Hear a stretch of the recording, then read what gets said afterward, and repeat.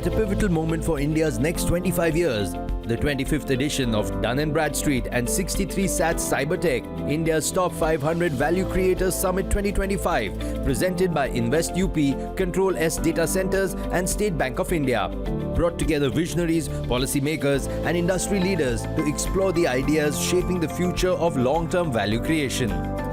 The summit opened with a compelling address by Arun Singh, Global Chief Economist, Dun & Bradstreet, who shared insights on the transformative power of AI in business growth.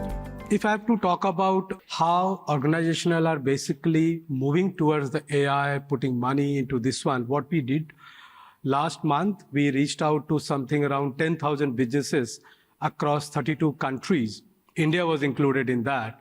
And we asked certain set of questions related to the AI. Basically, how much of technology, how much of budget you're basically assigned towards the AI. And it will be surprised to know that we asked this question 2 years. Last year, same time, we asked the same question. And this year, same time, we asked the same question. So it's a good comparative data point how we can draw. In 2024, more than around 13% of the respondents, they said that our budget towards the AI is less than of the total technology budget. You can see the left-hand side. Whereas the right-hand side in 2024, roughly is no company, in fact, less than 0% of the company said that our budget is more than 30%, right? That's AI. Up next, a fireside discussion explored de-risking supply chains for long-term value creation, spotlighting resilience, diversification, and intelligent supply chain models. See, there is, as you mentioned, impact of tariffs. And the tariffs go up, sometimes they are at a very, the percentage is very, very different for different countries. So your competitiveness gets impacted. Second is that while tariffs are seen, there are a lot of non-tariff barriers that are there. So even if you look at in Indian context, we have QCOs or what we call as BIS, which are non-tariff barriers for goods coming in India. Then there are various carbon-based taxes in EU. I'm just giving examples. So there are non-tariff barriers that are coming. Then the climate change has been a big issue. So there was at one time manufacturing getting impacted because of severe weather conditions. And the whole geopolitics is changing. So the multilateralism that was there has now given way for even G20 is looking irrelevant nowadays. They're talking about G2. And so things are evolving and there are trade blocks getting formed. So there are now, even if you look at an Indian context, there are FTAs that are being done with various countries. We already had FTAs, and so the multilateral system is sort of not there in a sense. And from a geopolitics context, you sometimes, we recently had a war. There were countries supporting that war.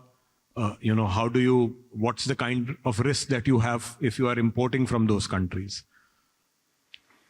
And there are rules and regulations that a different country makes, which impacts you. For example, there is an OFAC regulation by US. A lot of Indian chemical traders are impacted by that. Now, though it is not under the purview of Indian law, but it is impacting corporates because you have to, there is a fear of secondary sanction. So it's becoming very complex in this. Thank you, Mr. Bhargava. In fact, what you said, very much resonates with the kind of thing that we are seeing as DNB in the market. We sit on a lot of data. A lot of global companies inquire, look at our reports to build their supply chain. So what we have seen in the last couple of years, the inquiries into the Indian companies has really, really increased. The conversations continued with a session on strategies to accelerate climate action for a sustainable future, featuring perspectives on sustainability, impact, and corporate responsibility. Coming to what we call the SMILE strategy, which is our sustainability strategy, it's built on a model where we realize that we want to democratize from the stage that you do in terms of design, because as a consumer goods company, the way you can impact lives of people is, I think, way more important, because, when you're B2B, at least you're working with corporations. Here, you're right in the hands of people, you're in the homes of people. And I think that's where the opportunity lies for somebody like us. So one of the most effective ways to address climate change is energy transition. Now, energy transition has three parts: renewable energy, efficiency, and electrification, especially for transport sector and a few other sectors. If I were to talk about efficiency in particular, it's literally free money out there, and data plays an extremely important part. So across the last 10 odd years, we have been very specifically tracking the amount of energy that is used to make a single car or a single tractor. And as part of a global commitment called Energy Productivity 100, we have been able to more than double. So it's about 115 and 120% respectively for the auto and farm sector, where now at the same amount of energy, you are able to make 2 cars or 2 tractors. And this is, again, all savings. It's a perfect win for the environment, for economic outcomes. And this is not something that can be done, unlike renewable energy, with a large project. This is literally, chipping a stone to make a statue. You have to find small projects of improvement. So on an average, we do, for the last 10 years, more than 300 projects across some 25, 30 factories, each of them with some small impact, but in totality, they lead to a very big effect. And that's where the role of data tracking, monitoring becomes very important. And not just energy, but I'll also pass on, or rather extend this concept to something like water. So in the domain of water also, this is something that we are trying to do. Similarly, in the domain of waste management also, we are trying to do that. But it's economic outcomes in energy are often a much easier to make a case for. This was followed by an insightful keynote address by IAS Alok Kumar, Principal Secretary, Planning Department and Nodal Officer, $1 trillion Economy Mission, Government of Uttar Pradesh. Let's take a look. In terms of per capita income, also when we convert our GSDP to per capita income, then UP, somewhere in 1980s, our per capita income was somewhere around 80% of the national per capita income. But over the decades, it came down, the declining trend was there. We reached somewhere around in 2017, we were around 50% of the national per capita income. But now over the years, the trend has started reversing. And we are now at present, over last year, we were at 53% of the national per capita income. This even 3% increase, which we have achieved, this has bring a lot of confidence and energy into all our workforce. And we, in very near future, over the next 10 years, we want to reach a national per capita income figure. And by 2047, we are also envisioning, we are in the process of making a vision document for Viksit UP at 2047. By that time, we want to contribute at least 20% of the national income. In the chief guest address, Ashish Shelar, Honorable Cabinet Minister of Information Technology and Cultural Affairs, Government of Maharashtra, shared his perspective on India's Viksit Bharat Vision 2047. When I say Viksit Bharat, we all know that our Honorable Prime Minister, with a prior engagement with all the industry leaders, Niti Aayog, all the kind of stakeholders, we all have come together and we decided that we need to have a dream where our own great nation, Bharat, when we celebrate our 100th year of independence, we should be Vikasit, developed, and that's the vision of Vikasit Bharat. On the same line, our state government of Maharashtra, under the able leadership of our Honorable Chief Minister, Devendra Fadnavis, we decided to develop a mission, and this mission is called as a Vikasit Maharashtra 2047. Many amongst you, those who is a part of industry development program as a Maharashtra is concerned, those may be aware about that we have conveniently, targetedly have changed, upskilled and amending our work norms and work culture as far as the growth in the industry is concerned. The summit then witnessed the grand unveiling of the India's Top 500 Value Creators 2025 report, celebrating India's leading value-driven enterprises. Ladies and gentlemen, we are doing the unveiling of this premier publication, India's Top 500 Value Creators 2025. A big round of applause.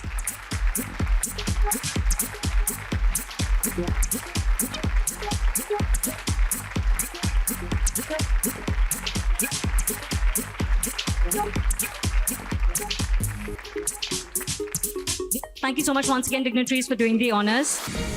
Up next, a panel discussion on leadership strategies for shaping India's next 25 years explored the opportunities set to shape the nation's long-term growth trajectory. There's a lot of geopolitics. There is a lot of things happening in the wider jungle. And coming from a country corporate perspective, what could unravel, what could go well? Maybe I'll ask you, Balfour, first. From that point of view, how do you see things panning out? What could one do more of? So, in the logistics space, I think it's the most exciting time. The way I don't have to tell you what has happened in the last 10 years or so for us. So we operate, Blue Dart operates in air, ground, e-commerce, everything. So for us, it is a major transition into getting better and better infra, better and better capability to reach faster to the locations. I mean, there could be hundreds such cases, sir, small cases where we have used predictive analysis models and businesses in that. Right from the first stage, say we cater to 50 crore, we have a 50 crore plus account holders. And just to, as an example, when I joined the bank, we were roughly 1,50,000 people, and our business level was 1 lakh crore. Today, it's 100 lakh crores. Number of employees have gone up by 30-40%. We are seeing tectonic shifts. A few fundamentals will remain. And the important fundamental there is, whether we like it or not, climate change is around us. We are seeing Indonesian floods as we speak today. Unfortunately, that country is having floods and volcanic eruptions at the same time. And India, we are actually in a very nice spot from that perspective, right? We have a large landmass, number one, and we have a very good solar irradiation for the vast tracts of the country. And so solar is going to be an extremely important theme. My business is managing reputation and trust between an organization and its stakeholders. And we are seeing that the value of trust is going up, and trust is contributing, or reputation is contributing nearly half or a little more of the value of the company itself. Two companies being equal, the reputation of one is better, its market capitalization is different, or people who want to join it. So trust and reputation have become kind of a significant source of strategic advantage in the marketplace. When we analyze the 100 things that went wrong for 100 companies, the corporate behavior was at the root of it.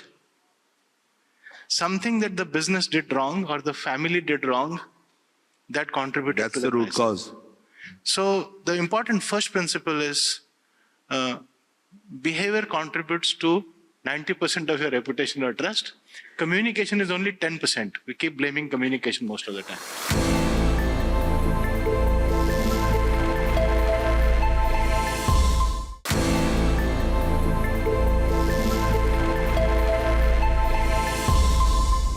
A high-impact panel discussion on AI in action, reimagining business and value creation, explored automation, governance, cybersecurity, and AI-ready leadership. There are many technologies that we have seen that have impacted business, and every time we think this is the most impactful technology that is around, and that was the same case when even internet started a few years ago, a few decades ago, I should say. The same thing when we were talking about cloud and IoT and everything else that has come around, and now we have AI. I think the big difference, in my opinion at least, has been that it is not only going to shape the way, the efficiencies of the business and the innovations that are coming in, it's going to just shape the way we think. Generative AI has its own use cases. I'm sure you've heard of vibe coding. Now you do not need expensive UI UX designers. You don't need expensive back-end and front-end developers. You can generate brilliant websites. That helps the small and medium businesses who can come up with websites in an hour, fabulous looking websites in an hour, or applications in an hour. So these are the many different use cases in which AI is kind of taking its journey today. If I give you this list of probable customers and you say with a confidence level of 85%, you can set that benchmark. And you would know from your past other industry benchmarks, typically it gives in an initial range about 80% you can hit. Then the question to the business is, okay, I give you that list with 80% accuracy of probable customers who could churn. If you took action, the same kind of action that you take today, what do you believe you can retain? So let's say they say, I can retain 30%. So the 30% of that 80% multiplied by the number of, or the ticket size per customer for the year, Correct. that gives you an additional revenue, Correct. which you would retain if you had not applied anything. Correct. Now, is that a mathematically correct calculation? Probably not.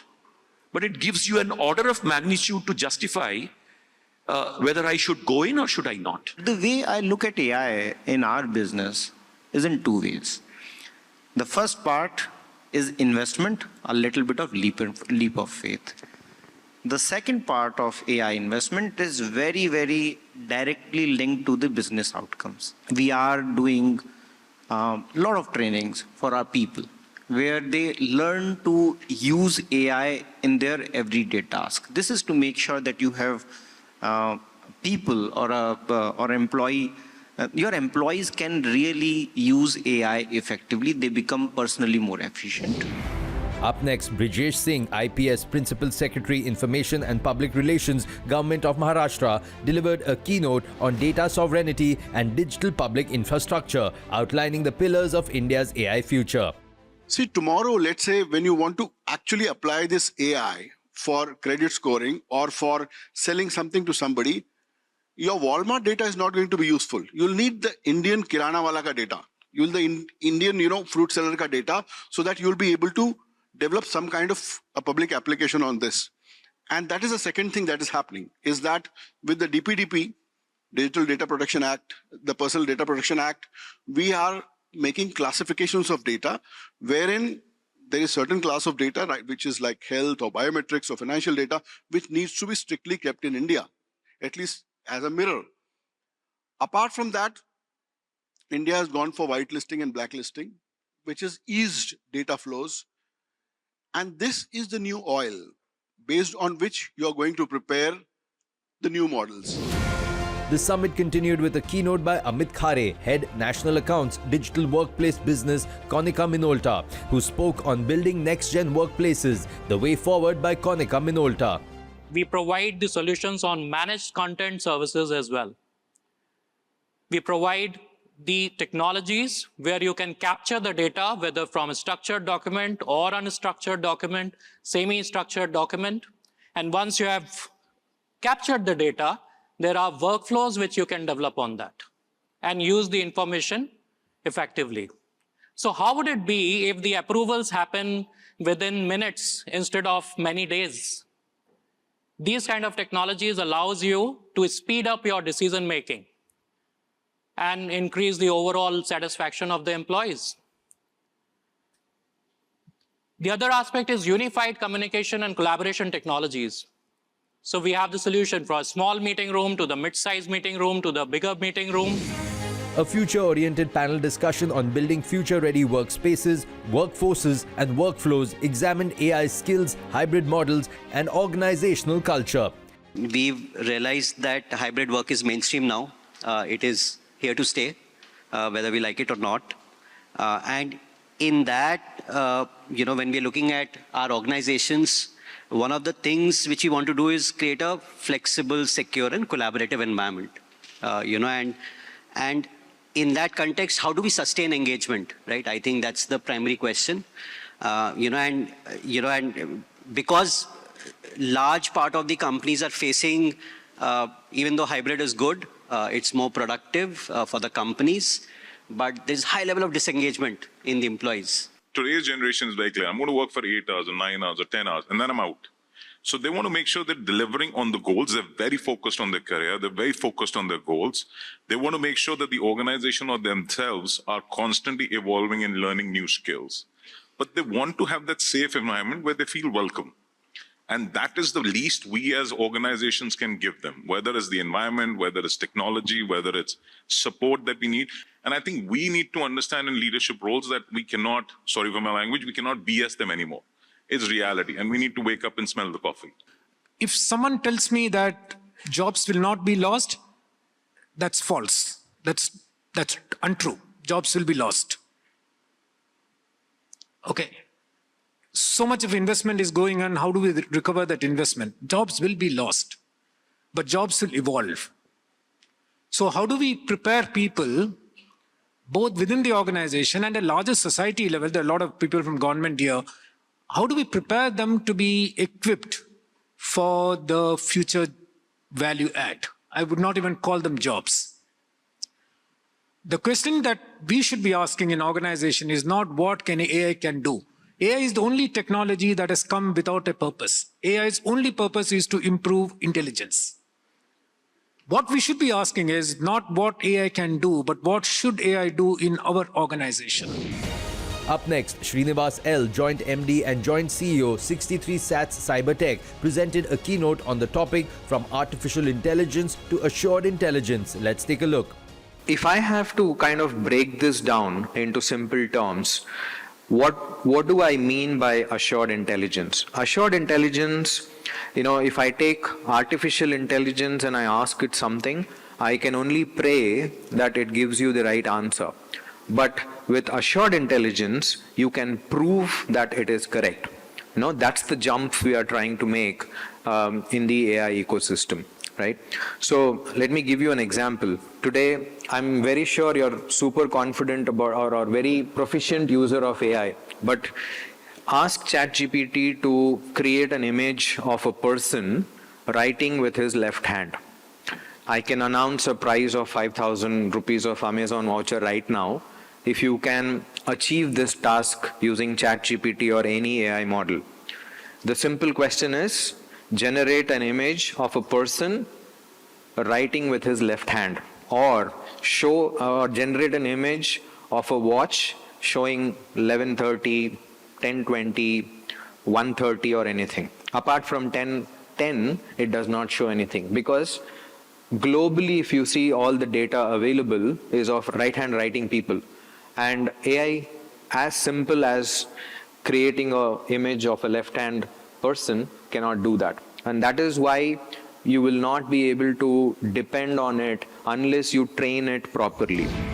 Next, Mayur Gautam, Senior Vice President, Co-location, Control S Data Centers, delivered a keynote on AI-ready data centers. Power your transformation. AI will contribute $15.7 trillion to global economy. If you see, there is a shift from 2022 to 2030 by 14x. Nowadays, there is a trend. We use Gemini, ChatGPT. OpenAI is getting 5 billion hit in a month. 95% of workload where interaction is required will move to bots or auto interaction. Nowadays, hospital has also started using AI, help of AI. Tata Memorial Cancer Hospital's doctor has started using AI. The evening culminated in the prestigious Dun & Bradstreet Value Creator Awards 2025, where organizations were honored for driving India's next era of impact and growth. And the winner is Jupiter Wagons Limited. Congratulations. Dalmia Bharat Sugar and Industries Limited. Indus Towers Limited. Congratulations.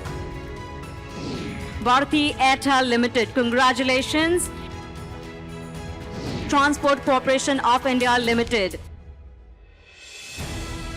PI Industries, congratulations. United Spirits, congratulations. Mahindra and Mahindra Limited, congratulations. Schaeffler India Limited, congratulations. ITC Limited, hearty congratulations. Action Construction Equipment Limited, congratulations. Indian Hotels Company Limited, congratulations. Vedanta Limited. Gadwari High Tech Films Limited, congratulations. Supreme Industries Limited. Himadri Specialty Chemical Limited, congratulations.